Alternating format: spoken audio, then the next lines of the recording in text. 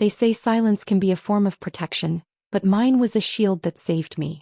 When my son got married, I sat quietly at his wedding, smiled for the photos, and never mentioned a word about the $7 million inheritance I had received after my husband's sudden passing.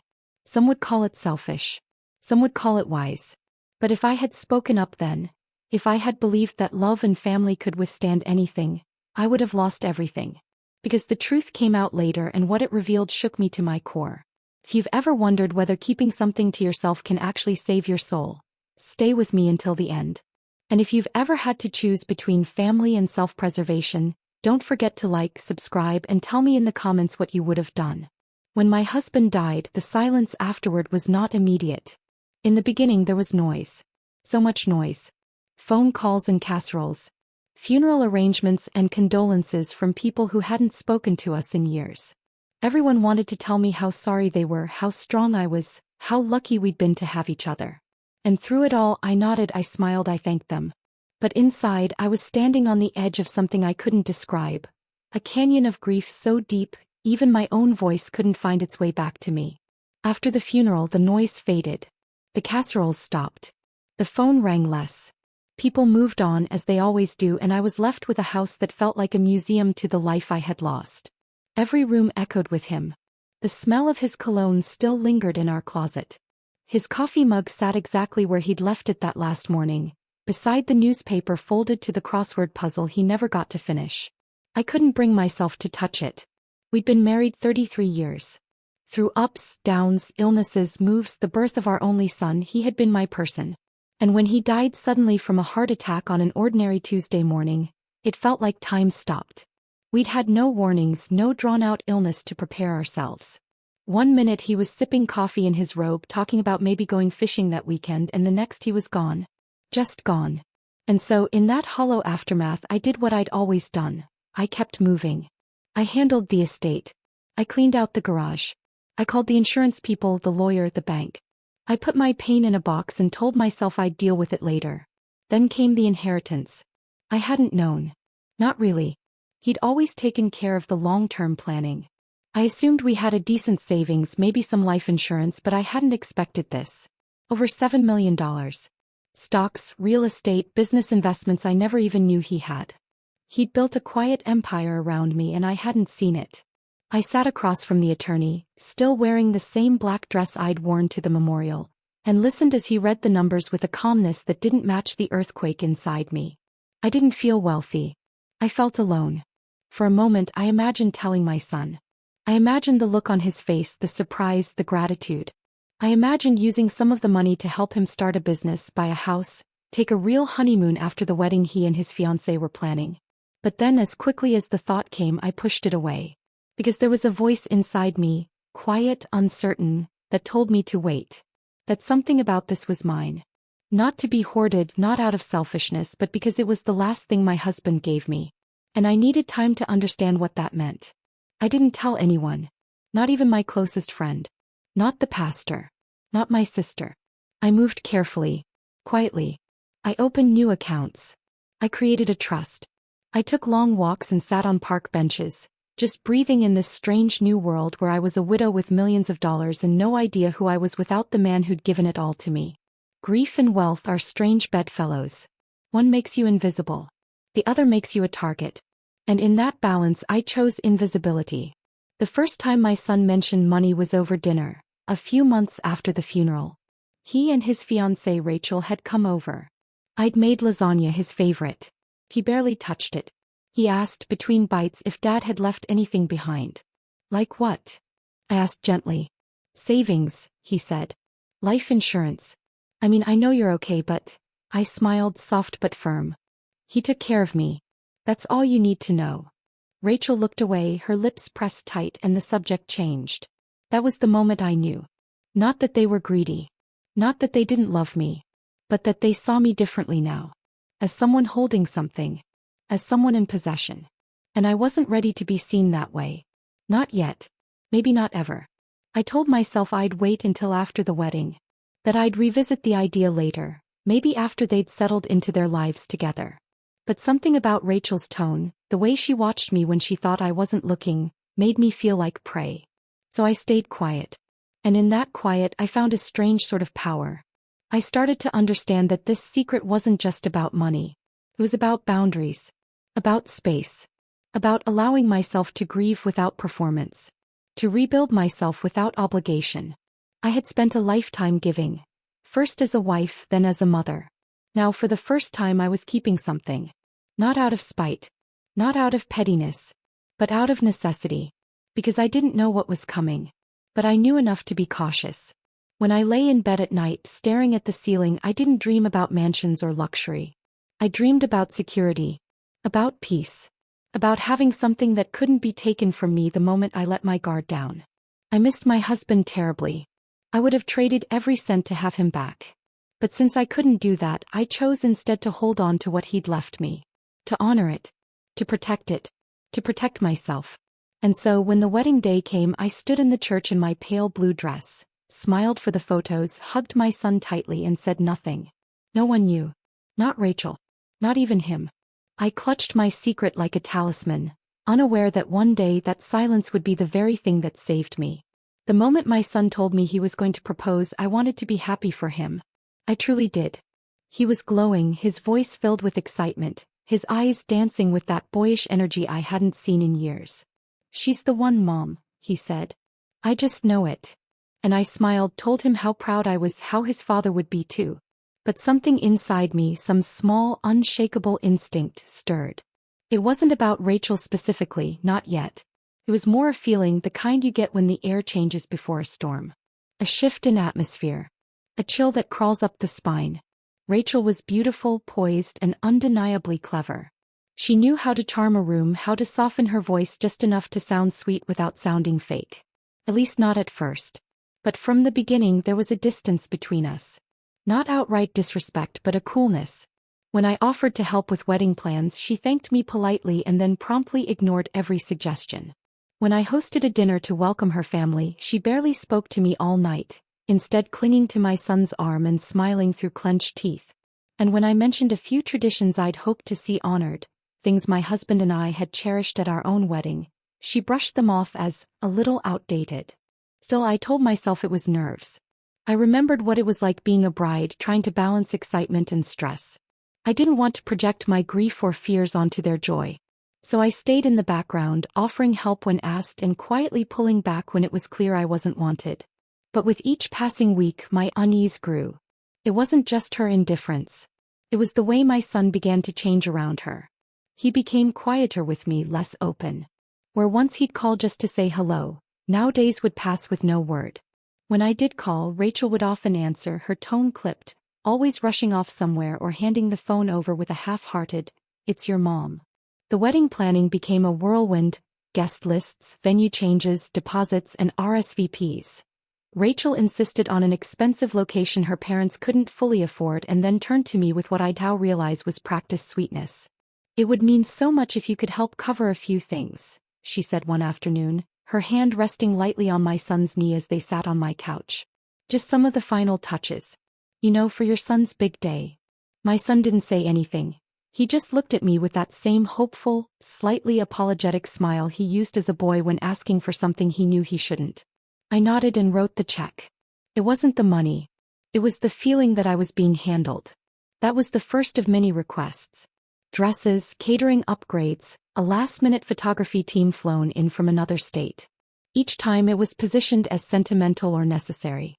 And each time I paid without protest. I could afford it after all. But inside something started to harden. Not because I felt used, though I did, but because I could feel the space between my son and me widening with each transaction. Our conversations became about logistics, invoices, and planning, not about us, not about memories or emotions. Rachel took the reins of everything and my son followed her lead, eager to keep the peace. I wanted to believe it was just a phase. That once the wedding was over, things would settle. But even in moments of celebration, I felt like a guest in a life I had once helped build. The week before the wedding, we had a small family dinner. My son sat beside Rachel and they laughed together, shared glances, private jokes. I watched them and tried to imagine this as the new normal. But as the night went on, I noticed Rachel's glances toward me, small, calculated, almost wary. Like she was sizing me up. And when the conversation shifted to future holidays, she leaned in and said, "Oh, we've already decided to do Christmas with my family this year. We'll probably rotate every other year." I smiled, nodded. But inside it landed like a crack in ice. The assumption, the ownership, it all felt premature. I hadn't been asked. I'd been told.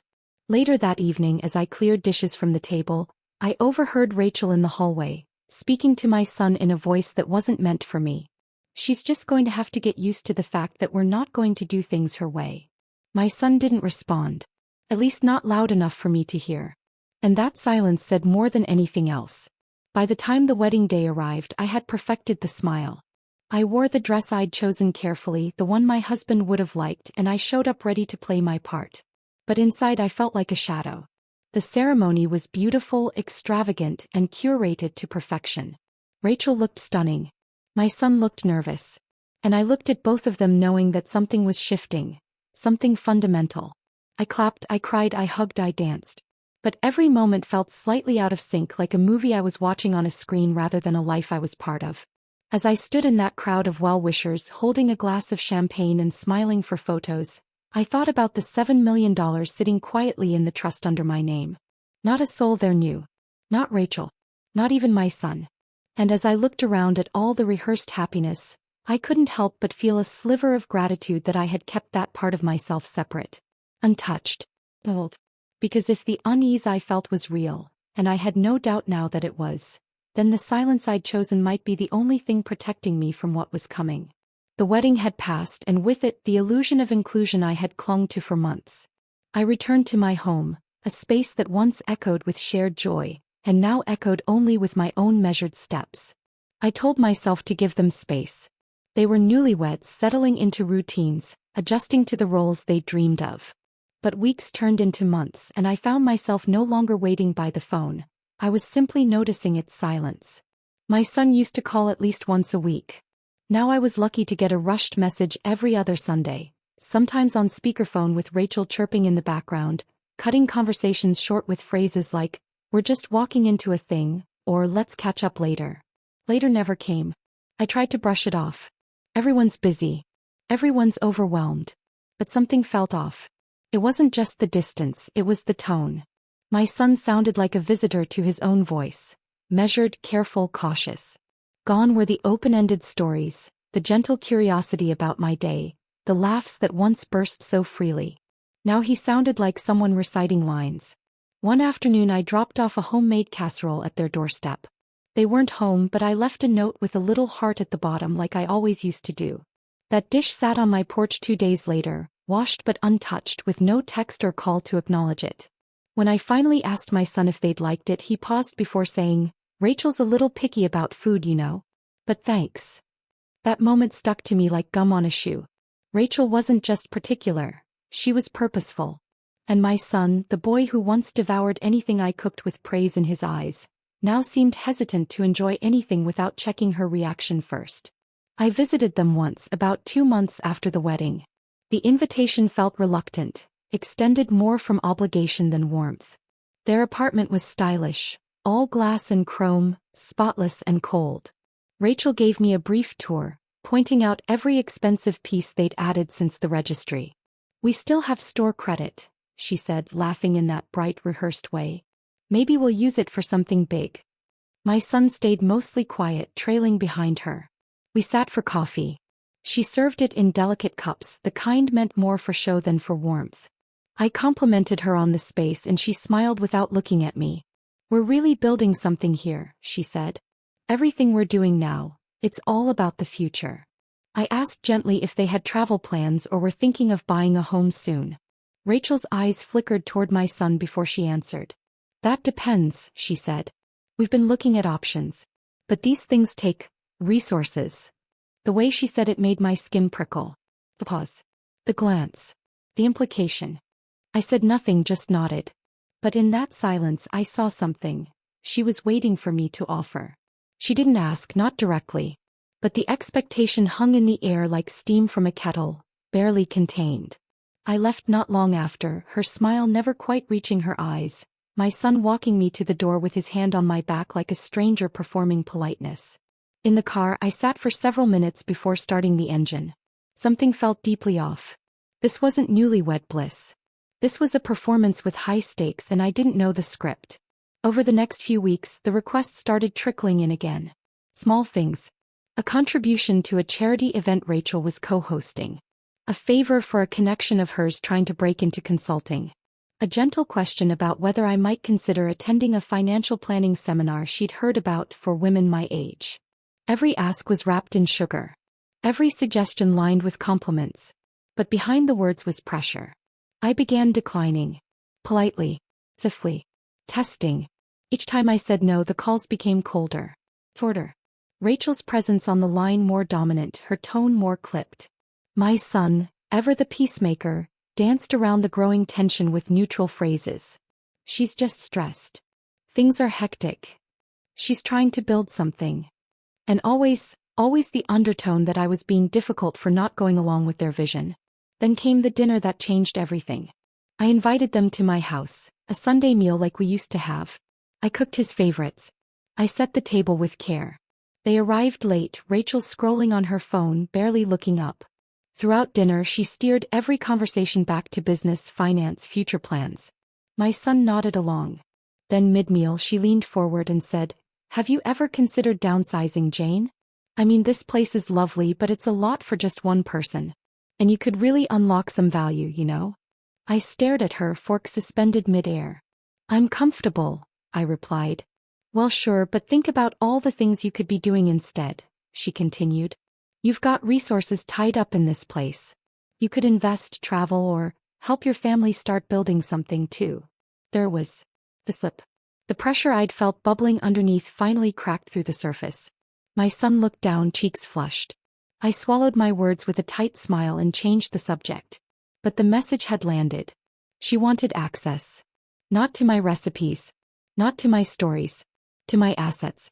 And suddenly, every polite request, every subtle suggestion, every comment cloaked in concern took on a new meaning. I wasn't the mother-in-law. I was the vault. That night after they left, I sat on the porch in the dark, the cool air brushing against my skin.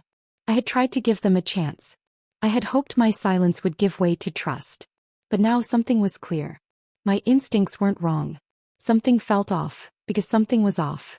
And the secret I was keeping might be the only thing left standing between my heart and the storm that was coming. I wanted to believe the distance was temporary. That once the wedding excitement wore off and the dust settled, my son and I would return to the familiar rhythm we once shared. But the space between us didn't close, it widened. Like a slow-moving fault line growing with every missed call, every vague excuse, every polite deflection. At first I blamed myself. Maybe I'd hovered too much. Maybe grief had made me needy. Maybe I'd become one of those mothers who expected too much from her grown child. But then I started to see the signs that something deeper was wrong. Not imagined, not emotional, real. Calculated. And it was happening behind my back. It started with a text from a mutual acquaintance. "Did you know Rachel's hosting a brunch for some real estate people? I heard she mentioned something about your house being prime location." The message seemed harmless, even silly. But it sent a jolt through me. Why would Rachel be discussing my house with anyone, let alone casually labeling it like a future asset? I hadn't given any indication I was moving.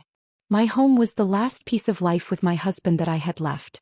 That comment wasn't concern. It was presumption. I brushed it off, not wanting to jump to conclusions. But the unease stayed with me.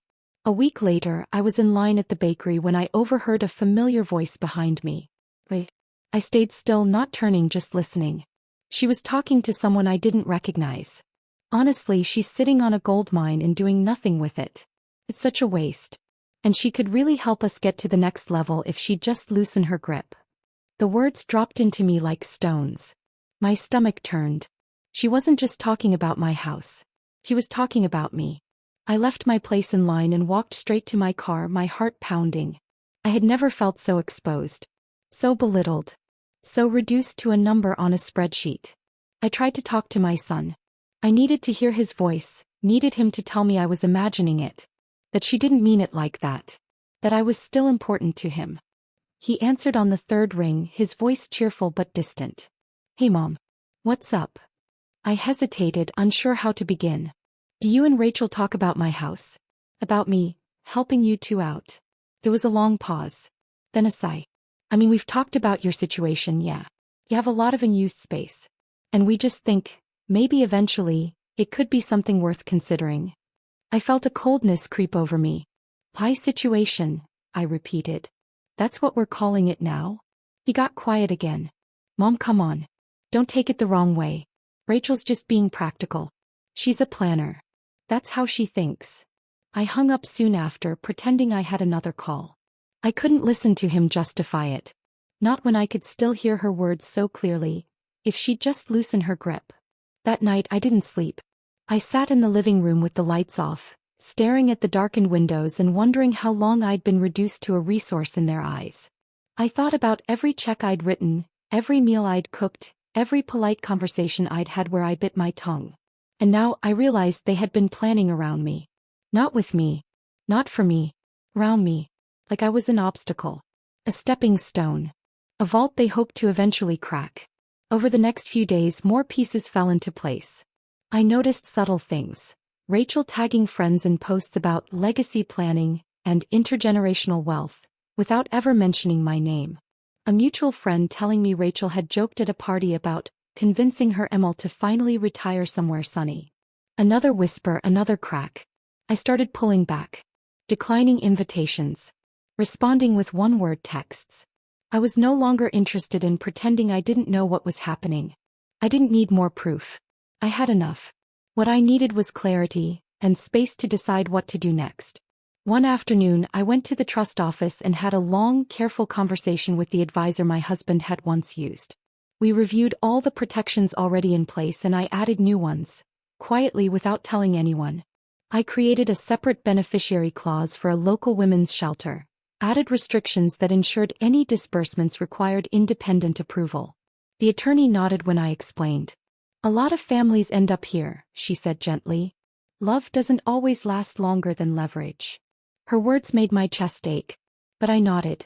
Because they were true. I didn't confront Rachel directly. I didn't throw accusations. I didn't scream or weep or demand an apology.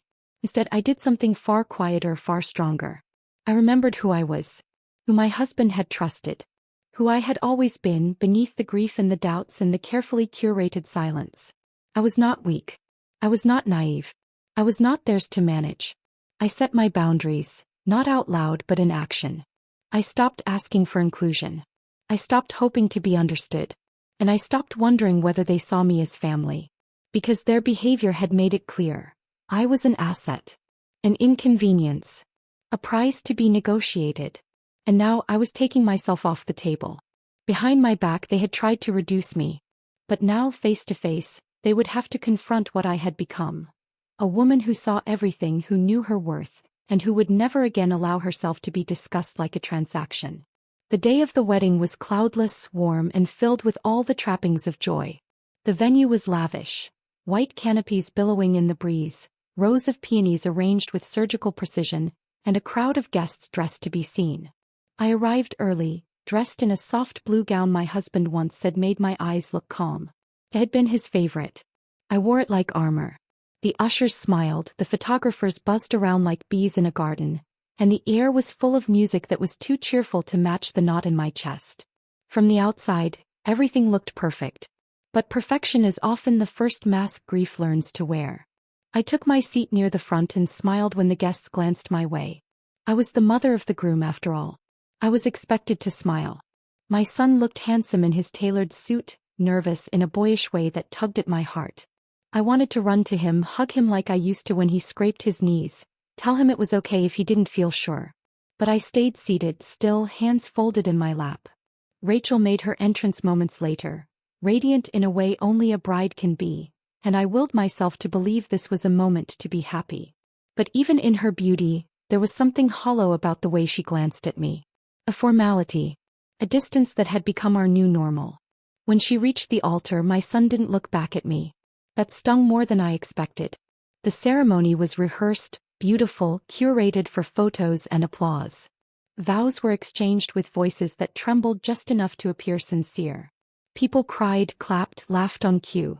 I clutched my small purse tighter, my thumb brushing the edge of the note I had once thought about slipping to my son, something to read before he said, "I do."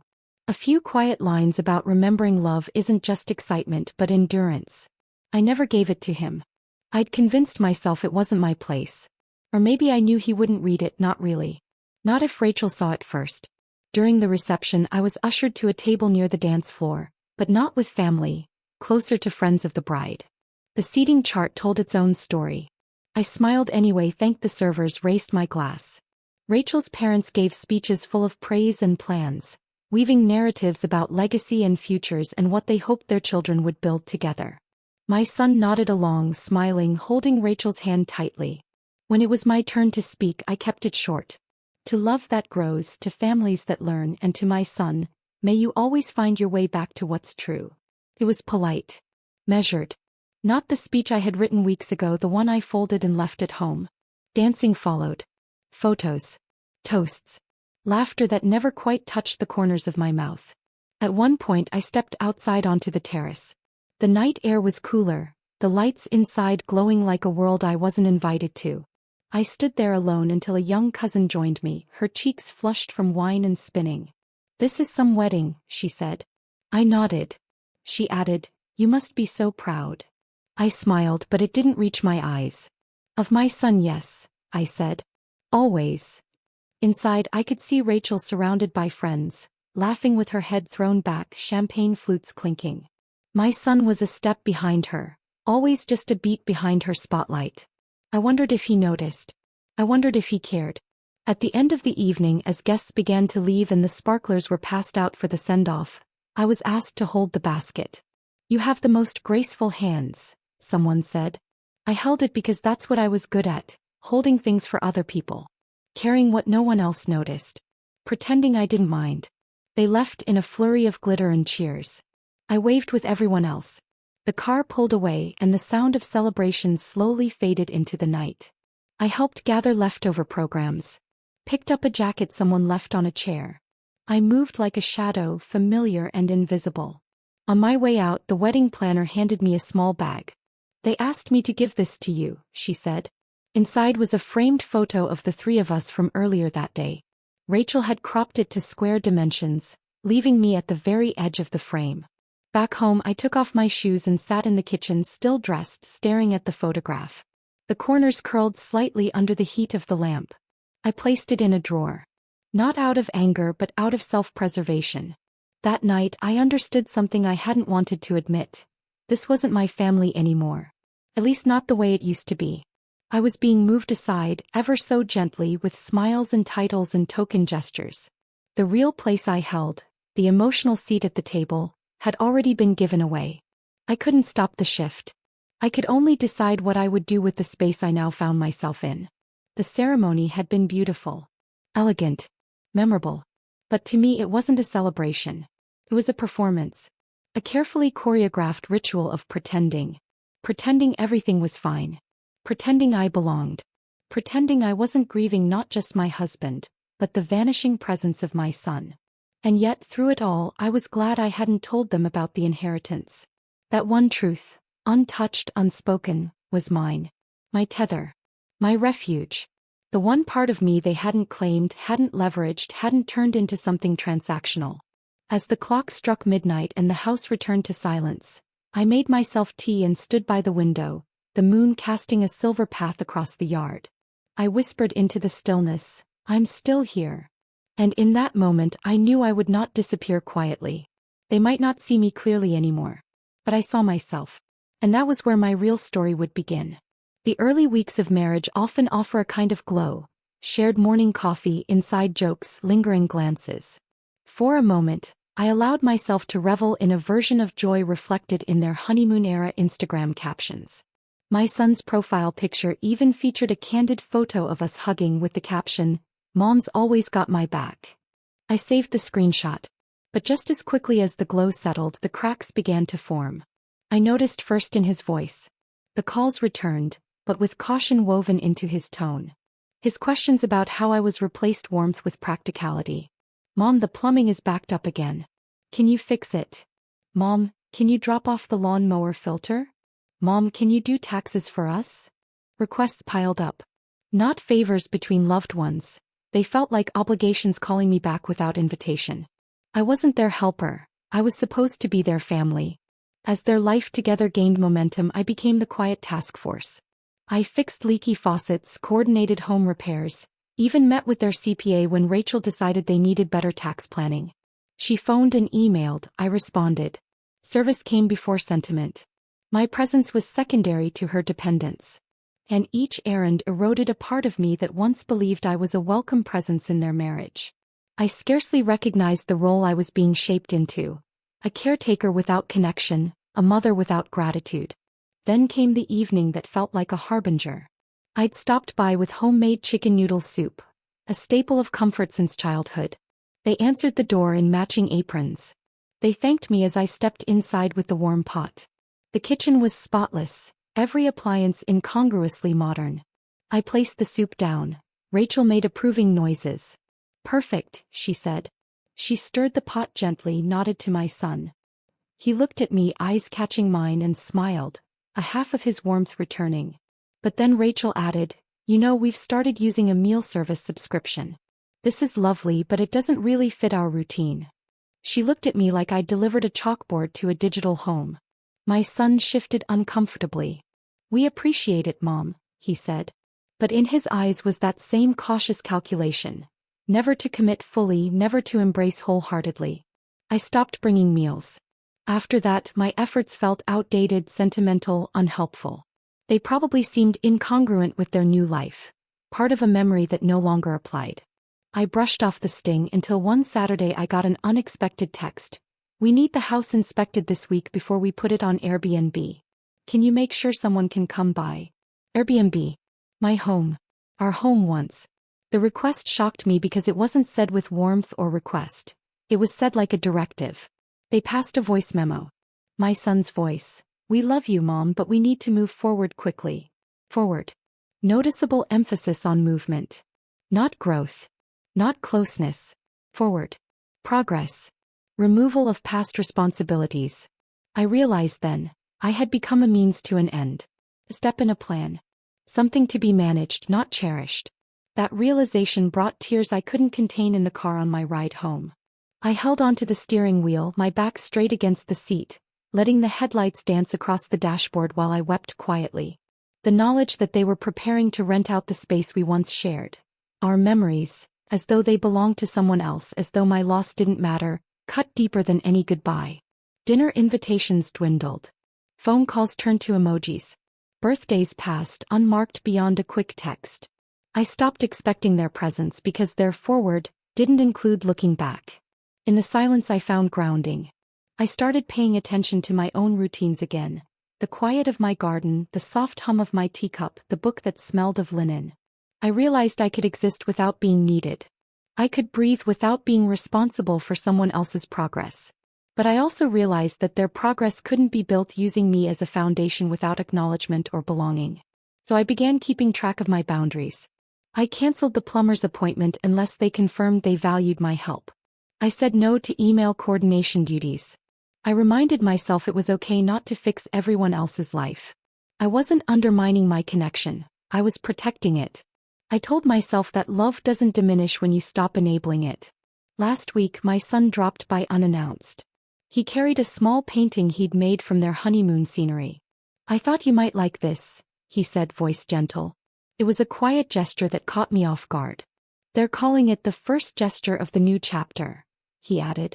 My heart clenched. It was late, meaningful, personal. It didn't erase everything. But it whispered a new chapter. One where they were learning to care without consuming. I placed the painting in my living room where I could see it every day. And maybe, just maybe, the cracks I once saw were becoming fissures of space. A space that allowed both of us to redefine our bond without breaking. It happened the way most truths do, not through planning or confrontation, but in a moment too small to notice until it had already passed. One Sunday afternoon I was at a family gathering, one of those obligatory get-togethers organized more for appearances than affection. Rachel had insisted on hosting at their apartment, and I had arrived with a polite smile and a jar of homemade marmalade that sat unopened on the edge of the counter the entire day. Their friends drifted through the rooms like catalog models, sipping wine, balancing small plates and talking about travel, real estate, or their latest side hustle. I floated on the edges of conversations, careful not to intrude, trying not to look as displaced as I felt. My son barely made eye contact all afternoon. He looked tense, distracted. I told myself it was nothing. Maybe work. Maybe he was just tired. But deep down I felt it, the tightening of something I couldn't name yet. It was during a lull in the afternoon when most guests had moved to the living room that the slip happened. I was in the kitchen chatting with a woman I didn't know well, a friend of Rachel's, polished and chatty, who asked me where I lived. I told her I was still in the house my husband and I had shared, and she remarked, "That must be worth a fortune these days. You must be sitting on gold." I laughed politely, then without thinking said, "Well, between the investments and the house, I suppose I'm comfortable." It was a vague statement, harmless in tone, but the word investments hung there like smoke. Her eyebrows rose slightly and she smiled. "Oh, that's wonderful. Rachel mentioned your husband was pretty savvy. I guess he left you set for life." I paused. Just a second too long. And in that second something flickered across her face, curiosity sharpened with interest. I brushed it off with a joke and excused myself, but I knew the damage was done. Words once spoken can't be undone. And if Rachel hadn't known the full truth before, she would soon. I left the party early, citing a headache. My son didn't walk me to the door. Rachel waved from across the room, already engrossed in someone else's story. That night I couldn't sleep. My chest felt tight, my breath shallow. I had guarded the truth for so long. $7 million, a quiet fortress I kept sealed for my peace. Now the gate had cracked open. And I knew they would come for it. The first sign came 2 days later when Rachel called out of the blue. Her voice was sugary, overly warm. "I was just thinking," she said, "maybe we could all go to brunch this weekend? Just you, me, and James. A little catch-up." I hesitated. "That's nice of you," I said. "It's been a while." She laughed. "Exactly. And we were just talking about how much we missed those Sunday mornings." That was a lie. I knew it, and so did she. But I agreed because I needed to see it for myself. How quickly the mask would slip once money entered the conversation. We met at a trendy cafe, the kind with avocado toast and overpriced tea. Rachel was dressed like she was headed to a photo shoot. Effortlessly chic, perfectly calculated. My son sat beside her, quiet as usual, eyes flicking between us with a slight tension in his jaw. We made small talk for a while. Then Rachel leaned in. "You mentioned something the other day about investments. We were both really impressed. You've always handled things so wisely." I sipped my tea, my heart pounding. "I've done fine," I said. "Your father planned well." She nodded, eyes bright. "I just think it's incredible. And it got us thinking. We've been exploring investment opportunities ourselves. Like real estate. Startups. And we thought, well, maybe you'd be willing to talk to someone with us. Maybe even partner with us." She said the words softly, like it was a favor she was offering me. Like joining forces with them would be a privilege. My son didn't speak. He watched me carefully. I took a breath. "You're looking for funding," I said. Rachel didn't flinch. "We're looking for support. For belief. In us. In our future." Her voice was smooth, rehearsed. "You'd still control everything. We just thought, maybe it's time we stopped pretending we're not family." That last line almost made me laugh. Pretending. That's all we had been doing for months. Pretending there was trust. Pretending there was love. I set my tea down. "I'll think about it," I said. That was all. I didn't owe her more than that. We ended the brunch politely, but the energy had shifted. The unspoken had been said. I went home and sat in my armchair, staring at the fireplace, remembering the way my husband used to say, "People show you who they are when they think you have something they need." I had seen it. I couldn't unsee it. In the days that followed, Rachel became more present. She texted often. Sent memes. Asked for recipes. Asked if I wanted to join them for a movie night. It was kindness, but with a purpose. My son mirrored it, awkward in his delivery, but present in a way he hadn't been since before the wedding. One evening he came over alone. We sat on the porch, sipping lemonade, watching the sun dip behind the trees. "I didn't mean for it to come out like that," he said finally. "Rachel's ambitious. But she means well." I looked at him for a long time. "Do you?" He swallowed. "I just want to build something.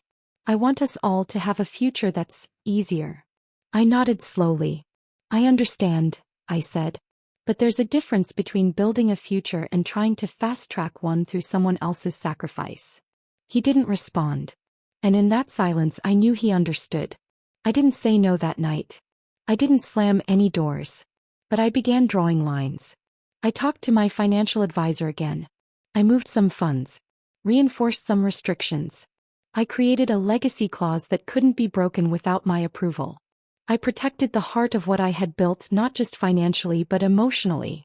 I had watched the inheritance turn from a private grace into a public temptation. And now I was taking it back, not from them but for me. They knew now. They had a taste. But what they didn't know was how much stronger I had become. And if they came for it again, they would have to come through a woman who no longer mistook silence for safety. After the brunch where the inheritance slipped into conversation, I thought I had seen the worst. I was wrong. The real unveiling came slowly, like a constellation shifting in the night sky, subtle points of light revealing a new design. At first, Rachel's behavior remained polished, even caring. But behind the curated kindness, I began to perceive something else. An undercurrent of expectation, of entitlement, of greed masked as concern. It started with small comments during phone calls. After our afternoon together, Rachel began sending follow-up texts. Loved our lunch. Can we pencil in a weekend getaway next month? We're talking about condos in Florida. My silence was met with a cheerful, let me know if that's doable. She wasn't asking. She was scheduling. My son forwarded me a message about the condo search. Complete with budgets, locations, expected ROI. You're helping us with this, right? He asked. The right was a weapon. Coercive and soft. I replied, I'll consider it. He accepted that and moved on. Then at family gatherings their demeanor changed. The air shifted. Subtle shifts in conversation, glances, microbursts of tension. Dinner once felt warm, now it felt transactional. Their, how are you, was followed by, have you thought about Florida? Or, would you be comfortable helping with a down payment? The questions were never direct. They dripped from their lips like honey, tempting and sticky. And every time I shook my head or changed the subject I felt the shift. Hostility cloaked in civility. At one gathering, my sister's birthday at a local restaurant, Rachel arrived late. She sat down and said loudly, by the way, the brokerage connection James had been meaning to introduce us to, can we talk about moving forward with that soon? She looked past me, eyes bright, expecting my agreement. The room chilled. My son clenched his napkin. I stayed silent. I could feel the eyes around the table, the unasked questions, the tension. No one commented. No one stopped her. No one else cared. They were all looking at me, waiting for me to bend. Weeks later my son came over. His face was drawn. Mom, we're in a bind, he began. Business expenses came up. We need help. My heart sank. He asked, would you mind helping with the condo purchase? It's just a partial loan. We'll pay you back. My first thought was relief. My son asking meant he still believed in me, that there was trust. But then I remembered the pattern. Why didn't you talk to me sooner? I asked. He hesitated. I wasn't sure how to bring it up. That kind of hesitation cut deeper than any demand. It felt rehearsed, like he'd been coached to soft pedal. He continued, Rachel and I both feel it's a good step. I nodded slowly and said nothing. I spent that night thinking about my husband's legacy. About the life we built together, financed by hard work, sacrifice and love. This money was more than bank statements. It was our life story. And now it was being parceled out like charity without conversation. I realized I had become their philanthropic project.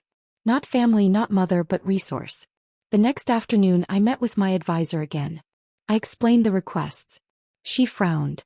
These aren't casual asks. This is rote extraction. She recommended I shift funds into a separate, restricted trust and limit withdrawals.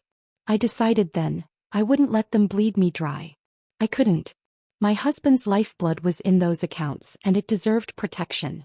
2 nights later we had a family dinner at their home. I expected the tension to be present. It was worse. Rachel was flushed with something between confidence and frustration. She poured wine and leaned forward. Mom, we've been talking. We really would love to have the condo thing settled by next month. Could you let us know where we stand? It was a statement, not a question. My son looked at me, eyes soft, hopeful. In his gaze was love and apology. I looked at them both. I hear you, I said. And I love you. But this money is not a tool for convenience. It's a legacy, and I need time to decide what it's for. The silence that followed felt heavy, dense enough to taste. Rachel's smile stiffened. She tucked her hair behind her ear. My son exhaled. Okay, he said quietly. I understand. They were deflated in that moment, disappointed, maybe ashamed. But respect had returned to his eyes. They realized the inheritance wasn't a right. It was a gift that required thought, care, and timing. It wasn't a transaction they had to ask. Plainly, honestly. Over the next weeks, Rachel reduced her texts. My son called more often. Not with requests, but with updates on work, new books he'd read, things that reminded him of our past connection. One afternoon he showed up unannounced with a pot of flowers instead of an ask. Just because, he said. No agenda. I accepted them, surprised at how easily gratitude filled the space left behind by greed. It didn't mean they wouldn't ask again. This wasn't closure. It was recalibration. I was teaching them, reminding them, how love and money interact. That respect still had currency. That boundaries mattered. That I wasn't a line item. That night I sent a message to my husband's portrait on the mantel. Thank you. This money is ours to honor, not to squander. Not to divide. Not to hand over out of convenience. And because I protected it, I've protected our story, our history, and the heart of our love. I had thought I could withstand anything. I'd weathered grief, loneliness, betrayal. I'd arranged funds, reinforced boundaries. I believed I was stronger now. But it was one question, the smallest ask delivered with the most expectation, that sent me spiraling. It wasn't about money. It was about being seen. About being sidelined. About being expected to pay for a life that felt like it had abandoned me. It arrived on a Friday afternoon in my mailbox. An envelope from my son. No stamp. No note on the front. I opened it trembling. Inside was a typed letter. My name printed at the top, his signature at the bottom. In between, a list of figures. Condo deposit, vet bills, their dog. Honeymoon trip, engagement party they wanted to host again with upgraded venue.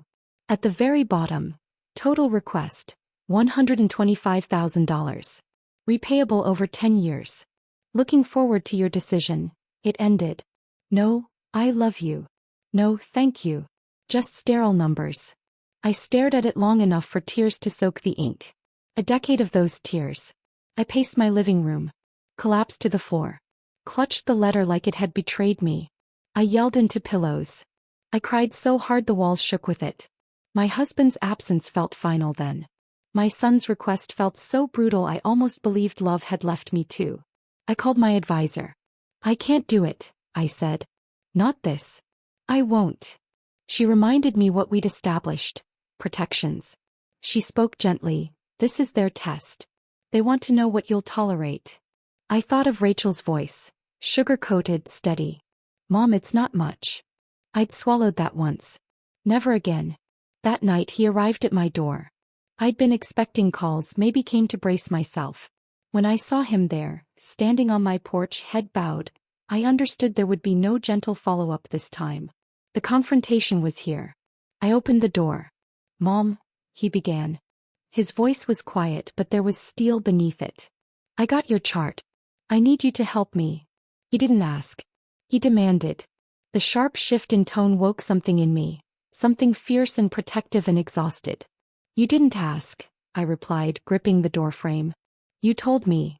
It's for our future, he said, voice tight. For stability. We have stability, I shot back. You have love and a roof and opportunities one never took for granted. And yet you think this is compensation. He winced. You're making it about yourself. It is about me, I said. My grief. My boundaries. My husband's legacy. And I'm running out of patience. He sighed like a teenager dismissed. You're blowing this out of proportion. I stepped forward, closing the gap. No. I'm standing on it. That money doesn't belong to either of you. It's ours, and you decided to ask, not me. His face registered hurt, fear, shock. I thought you'd help, he admitted. I thought I was supposed to ask. And that's where you're wrong, I said quietly. You're supposed to ask and mean it. You're supposed to value the person on the other side of that ask. You're supposed to care that it costs more than money. He looked down, silence stretching between us. Mom. I swallowed. I'm not angry, I said. I'm heartbroken. That you didn't see me before the check. His eyes brimmed. He nodded, tears catching. I'm sorry. But I could sense Rachel in his words. Her influence, her expectations, her orchestrated world. I let him stay that night. We didn't sleep. We talked about feeling forgotten, about being overwhelmed, about needing more than transactions. He told me he felt lost trying to do right by both of us. I told him how early years, early grief shaped choices in silence. We cried together. But the condo letter still lay on the table, unsigned, unapproved. Morning came. He left without a word. No hug. No promise. And I knew things were different. In the weeks afterward, calls returned. Sometimes filled with guilt, sometimes with awkwardness. I began receiving small updates. About them deciding to delay the condo, about seeking loans elsewhere. And now, truthfully, I felt gratitude. Because they had chosen not to make me the emergency exit to their problems. The healing is slow. I've had nights tossing and turning, wondering if I'll ever be able to stand in the same room with them without seeing ledger lines in their eyes. But I'm also discovering what fierceness feels like when you protect yourself. This wasn't just about money. It was about asking permission to be family again under new terms. And I said yes when it felt right. After the emotional storm of the $125,000 letter and the confrontation on my porch, I braced myself for fallout. I expected silence or worse, resentment. But what came instead was something I hadn't anticipated. The beginning of grace. It began with an email from Rachel. Calm, cautious, apologetic. Thank you for your honesty last night. I didn't realize how much I was pushing. I'm sorry. I stared at the screen, feeling a mixture of relief and sorrow. She had initiated a test, and I had responded by saying no. Now she was acknowledging my boundaries. It felt like a fragile truce, but a truce nonetheless. Days later, my phone chimed with a message from my son. Can we talk this weekend? It wasn't a demand, it wasn't urgent. Just a question. That simple act of asking without an agenda felt like a step toward something real. I replied with a steady, yes. And in that space between words, something softened inside me. When he arrived, he came alone. He sat down in the living room, the same room where we shared so many moments, good and painful, over the years. Mom, he began, voice quiet and tentative. I've been thinking about everything. I listened, heart clenched. He paused, gathering his words. Thank you for standing firm. That moment showed me who we are and what matters. He looked at me, his eyes raw. I don't just want your money. I want your trust. I miss us. My chest tightened with emotion. I nodded, silence holding us. I missed us too, I replied. We talked for hours. He told me how he'd been swept into Rachel's vision. The condos, the investments, the glimmer of easy progress. He confessed how he felt torn between pleasing his wife and honoring his mother. He admitted the fear of disappointing either of us had silenced him. His voice cracked. I let him speak without interruption, allowing him to take on that weight. Then I shared my truth. Not as accusation but as reckoning. I described how the money represented our shared history. My husband's legacy, the life we built, the sacrifices made. It wasn't disposable income. It was our foundation. I told him that while I loved them and wanted to help, I couldn't let that legacy be used without care.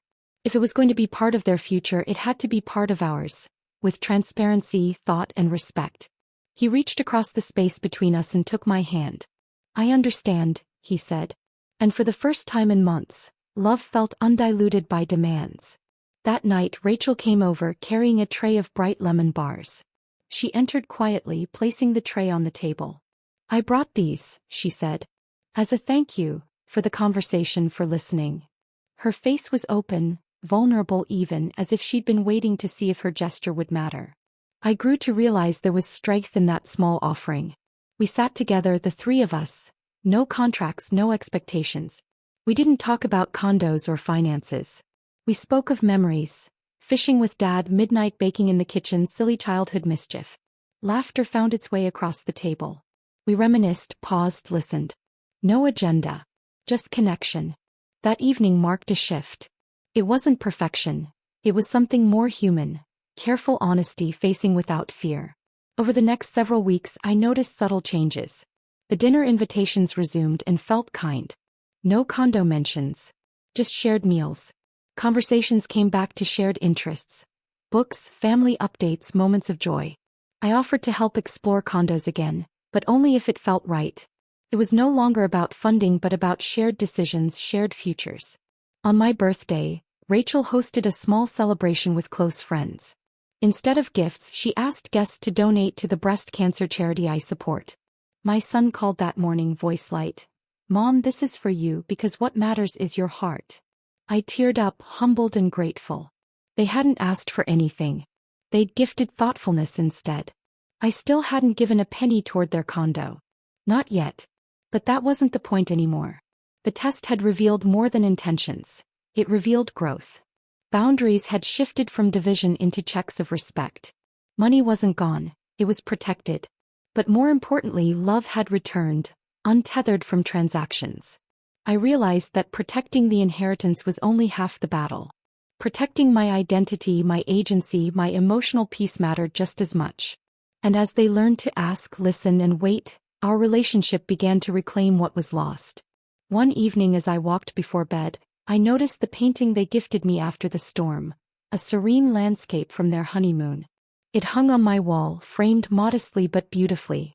I paused and thought of that moment it was given.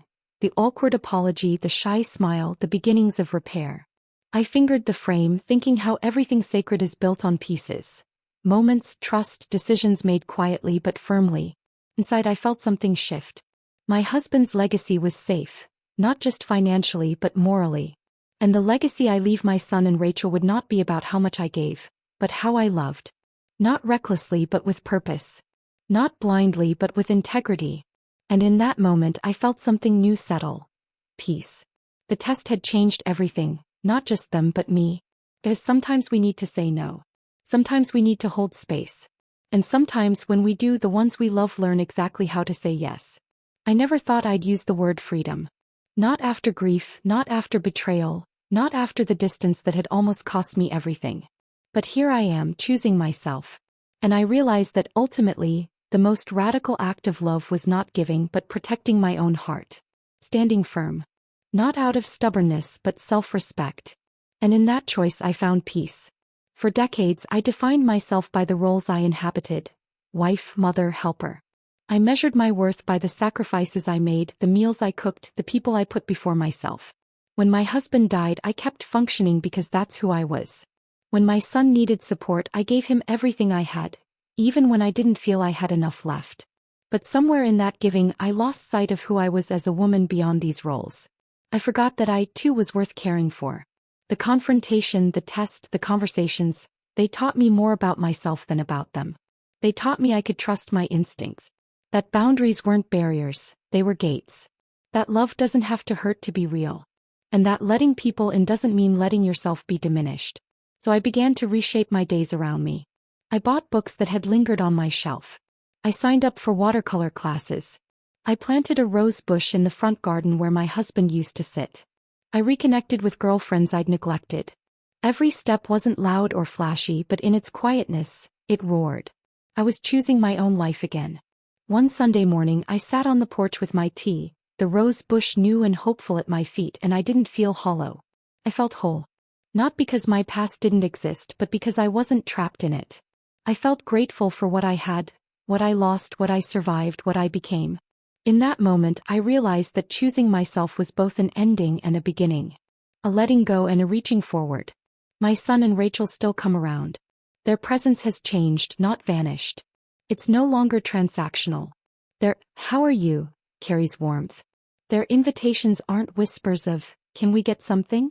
They bring laughter, respect, companionable silence. Sometimes they'll ask to include me in a project. Sometimes they won't.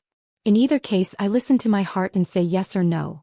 Not out of fear, obligation or strategy, but because it feels aligned with who I am now.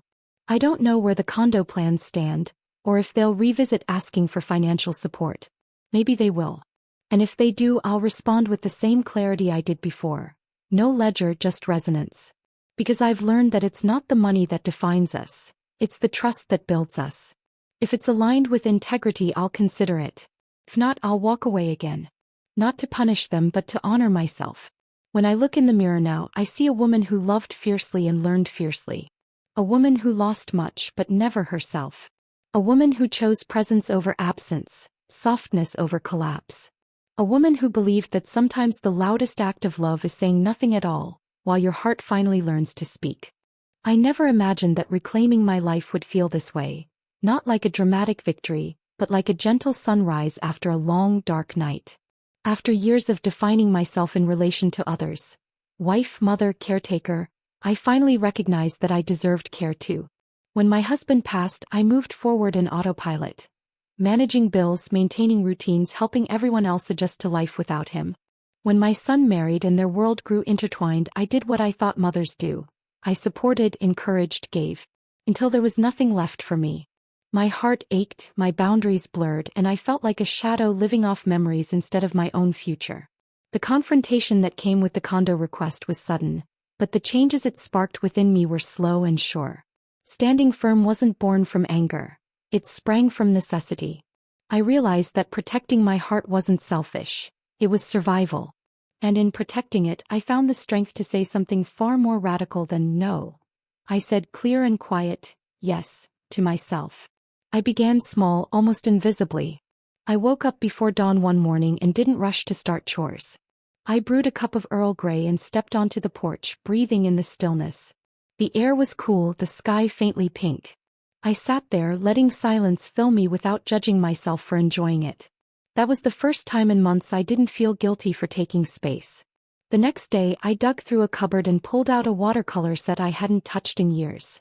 A gift from my husband on our anniversary. I sat at the kitchen table and painted for an hour, loose and unjudged. The paper soaked up blues and greens and pinks, and I watched a small landscape take shape under my brush. In that act of simple creation, I reclaimed part of my soul that had been dormant too long. I planted a rose bush beneath the window where my husband used to sit with his morning coffee. I chose a soft pink variety, a hopeful color. I dug the hole, added compost, watered it with care. Each day I checked the soil, cleared new weeds, watched tiny leaves unfurl. With the rose, I felt a kinship. Delicate beginnings thriving in patience and attention, just like I was. I reached out to old friends, women who reached through the years with shared laughter, shared tears, shared the grief of losing parts of ourselves. We reconnected over lunch, sent photos of grandchildren or horizon walks, reminded each other what it felt like to exist outside of roles defined by others. These daily acts weren't dramatic. There were no grand declarations. But in their gentleness they roared, I am here. I matter. My son and Rachel began to reappear in my world, not as beneficiaries of my resources but as companions. They started joining me for dinner at my place rather than just at theirs. They laughed with me about old family stories and listened when I shared plans for my garden or my next painting. One afternoon, Rachel called just to ask about a new book, and stayed on the line to chat about its characters. My son texted regular updates about his work, including small personal details. His voice felt familiar again. Took time, a month, maybe two. But eventually I stopped feeling like a ghost in their lives. My presence was valued, not expected. They didn't always need me, but they liked knowing I was there. That shift felt like emotional oxygen. Sometimes they'd ask for help. An errand, a recommendation. Other times they wouldn't. But no matter what, I responded from a place of choice, not concession. I no longer felt like a well that had to stay full. I felt like a person offering refreshment when I had the abundance, and asking for space when I didn't.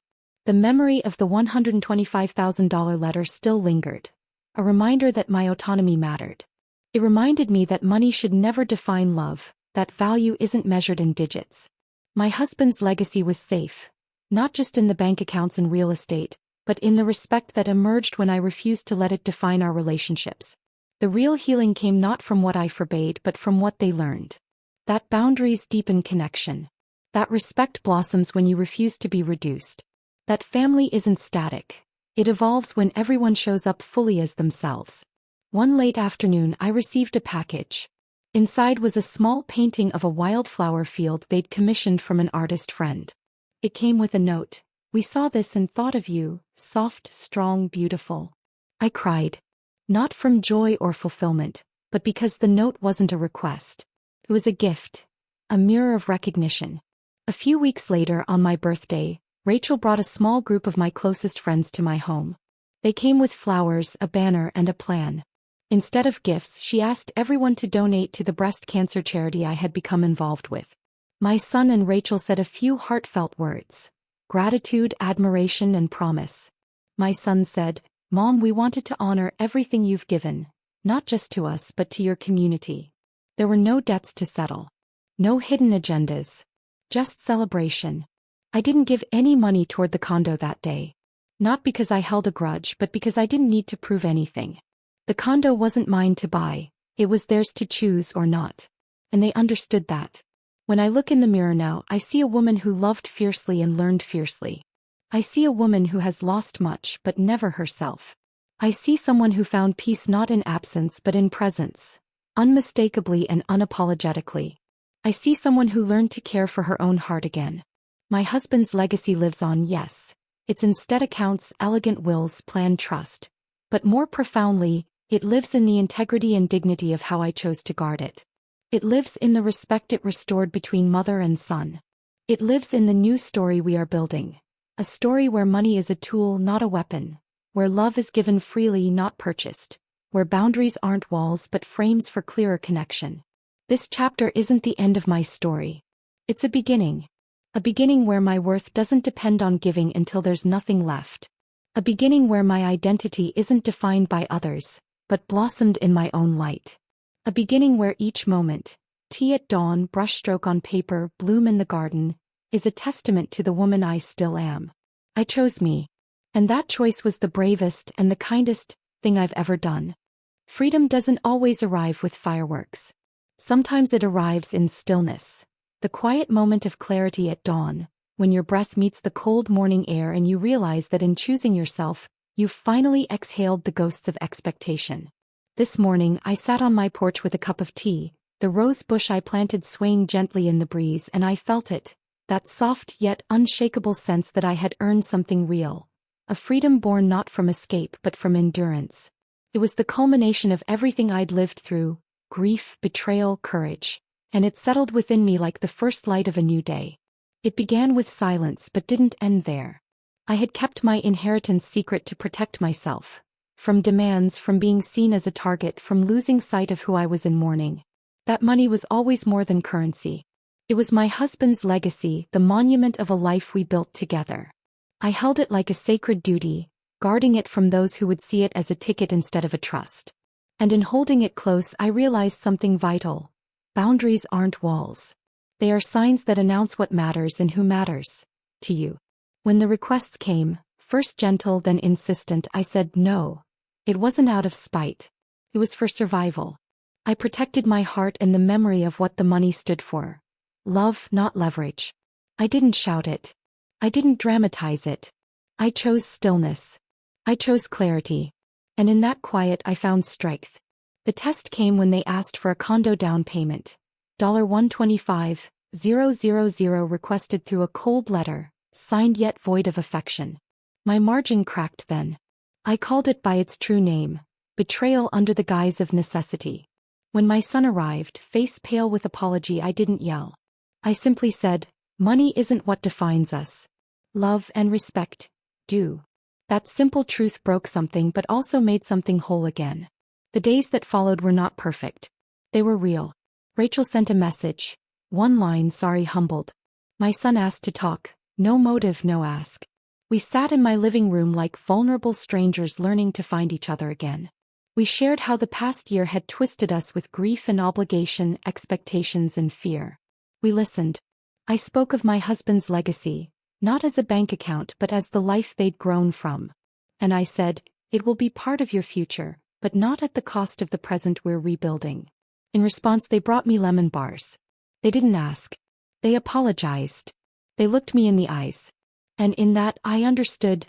Vulnerability given by those you love matters more than finances taken in your name. Healing wasn't about winding back time. It was about forging a new path. One where they didn't lose me and I didn't lose myself. Our relationship changed, It became reciprocal, respectful, and most of all chosen. Dinner invitations resumed but without strings. Calls came but to share curiosity, not obligations. Small gestures returned. Messages about a book, photos of sunsets, stories of mutual memories.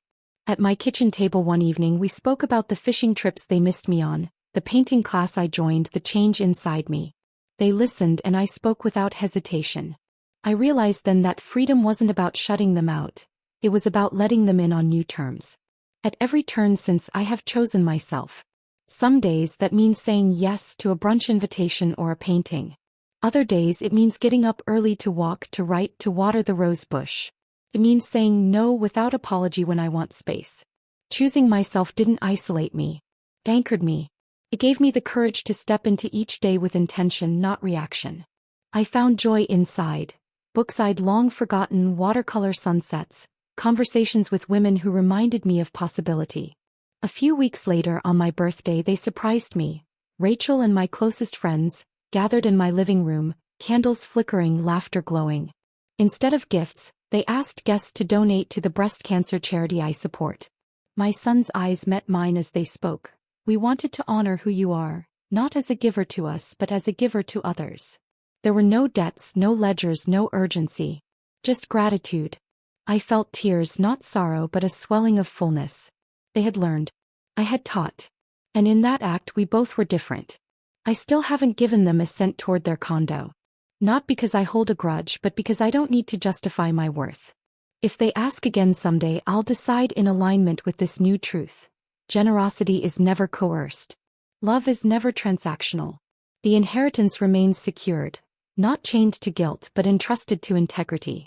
My husband's legacy lives on in the dignity I reside in the foundations we built, in the respect that returned when I refused to be invisible. But beyond that I have created my own legacy.